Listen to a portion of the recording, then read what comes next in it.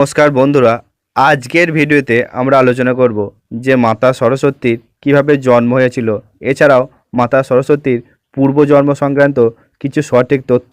এছাড়াও আমরা আরও জানব যে মাতা সরস্বতী ভগবান ব্রহ্মার পত্নী ছিলেন না কন্যা ছিলেন। তো বন্ধুরা, আমরা যদি জানতে চান তাহলে ভিডিওটা কোনো জায়গায় স্কিপ না করে শেষ পর্যন্ত দেখবেন। চলুন জেনে নিই। স্কন্দ পুরাণ অনুসারে জগতের সকল দেবতার তীর্থ আছে, শুধু ব্রহ্মার তীর্থ নেই। এই কথা ভেবে ব্রহ্মা পৃথিবীতে নিজের তীর্থ স্থাপনে উদ্যোগী হলেন।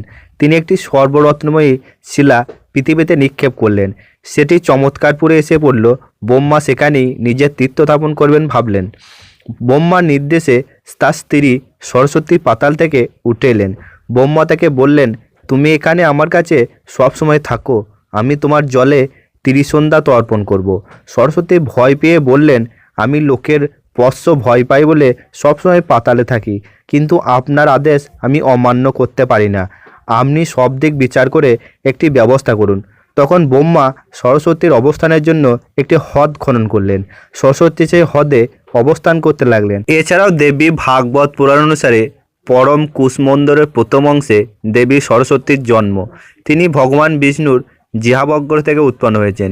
সরস্বতী বাক্য, বুদ্ধি, বিদ্যা ও জ্ঞানের দেবী, সকল সংশয় ছেদকারিণী ও সর্বসিদ্ধি প্রদায়িনী এবং বিশ্বের উপজীবিকা স্বরূপিণী। ব্রহ্মা প্রথম তাকে পুজো করেন, পরে জগতে তার পুজো প্রতিষ্ঠিত হয়। সরস্বতী শুক্লবর্ণা, পীতবস্ত্রধারিণী এবং বীণা ও পুস্তকহস্তা। তিনি নারায়ণের থেকে সৃষ্টি হয়, তাই তিনি তাকে স্বামী হিসেবে ভাবতে লাগলেন। পরে তিনি গঙ্গার দ্বারা অভিশাপ পান ও পুনরায় শিবের চতুর্মুখ থেকে সৃষ্টি হন ও ব্রহ্মাকে প্রতিরূপে গ্রহণ করেন। তারপর কৃষ্ণ জগতে তার পুজো প্রবর্তন করেন।